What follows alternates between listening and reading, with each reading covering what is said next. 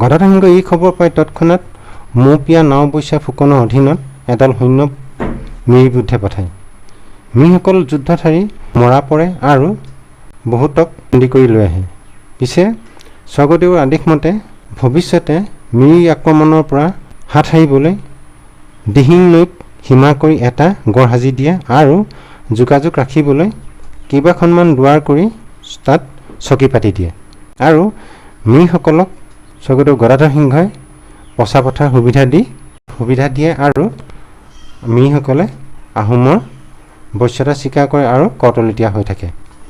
গদাধৰ সিংহৰ দিনতে দৈয়াঙৰ লঠা নগাবোৰে বিদ্ৰোহ কৰিলত এই বিদ্ৰোহ দমন কৰিবৰ বাবে তামচেং সিংহাই ফুকনৰ অধীনত এদল সৈন্য পঠায়।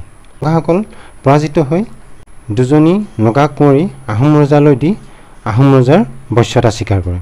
1692 খ্ৰীষ্টাব্দত নামচংগীয়া নগাই মহঙৰ লুংপুঙত গণ্ডগোল কৰাত গদাধৰ সিংহই এদল আহোম সৈন্য প্ৰেৰণ কৰি সেই নগাসকলক দমন কৰে আৰু বহুতো নগা ধৰি অনাত নামচংগীয়া নগাই ভৱিষ্যতে তেনে কোনো কাম নকৰে বুলি কোৱাত স্বৰ্গদেৱে তেতিয়া নগাসকলক এৰি দিয়ে। গদাধৰ সিংহই তেওঁৰ জীৱনত উপকাৰ আৰু অপকাৰ কৰা লোকৰ তেওঁ কেতিয়াও পাহৰি যোৱা নাছিল।